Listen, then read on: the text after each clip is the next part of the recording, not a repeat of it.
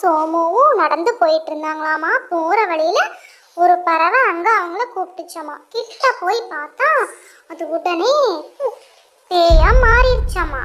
உடனே அவங்க பயந்து போய் என்னை விட்டுரு விட்டுருன்னு கெஞ்சுறாங்களாமா. ஆனால் அந்த பேய் விட மாட்டேங்குதாமா. ராமுவை மட்டும் விடுதாமா. அவங்க அப்பாவை விட மாட்டேன், நீ எனக்கு சாப்பாடு கொண்டு வந்தாதான் நான் உனக்கு விடுவேன், டெய்லியும் கொண்டு வரணும்னு சொல்லிட்டு அதை திட்டிக்கிட்டே இருக்குதாமா. அப்புறம் அவங்க சாமியாரை பார்க்க போகிறானாம்மா. அந்த பையன் சாமியாரை போய் பார்த்ததையும் சாமியார்கிட்ட சொல்கிறான் நடந்தது எல்லாம் சொன்னதையும்.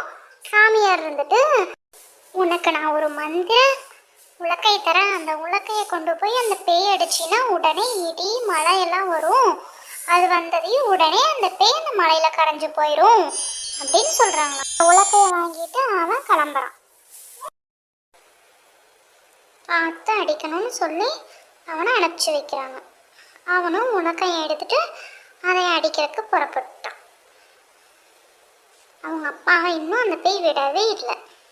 அவன் கிட்ட போயிட்டு அவனுக்கு இருந்தாலும் கொஞ்சம் பயம். பேயை பார்த்தா பயந்துட்டே அங்கேயும் இங்கேயும் சுற்றி முற்றியும் பார்க்குறான். எப்படிடா அடிக்கிறதுன்னு யோசிச்சுக்கிட்டே இருக்கான்.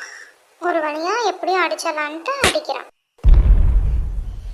இந்த பேயை அடிச்சிட்டான். அடித்ததையும் பயத்தில் அவங்க அப்பா பக்கத்தில் போய் நின்றுட்டான். அப்பா இங்கேருந்து சீக்கிரம் போயிடலாம், மழை வரப்போகுது அப்படின்னு சொல்லிட்டு அவங்க அப்பாவை கூப்பிட்றான். 2 பேரும் கிளம்புறாங்க. வீட்டுக்கு போகணும், தப்பிச்சு போகணுன்ட்டு கிளம்பிட்டாங்க. வீட்டுக்கு வந்துட்டுருக்காங்க. அவனும் அவங்க அப்பாவும் அவசர அவசரமாக வந்து வீட்டில் வந்து ஒரு வழியாக உட்காந்துட்டாங்க. உட்காந்ததையும் அவனும் அவங்க அப்பாவும் இனிமேல் அந்த பக்கமே போகக்கூடாது, தப்புச்சண்டா சாமின்ட்டு வீட்டுக்கு வந்து 2 பேரும் அதை பற்றி பேசிக்கிட்டே இருக்கிறாங்க. அவங்களுக்கு அதிலிருந்து வெளியே வரக்கு ரொம்ப கஷ்டமாக போச்சு.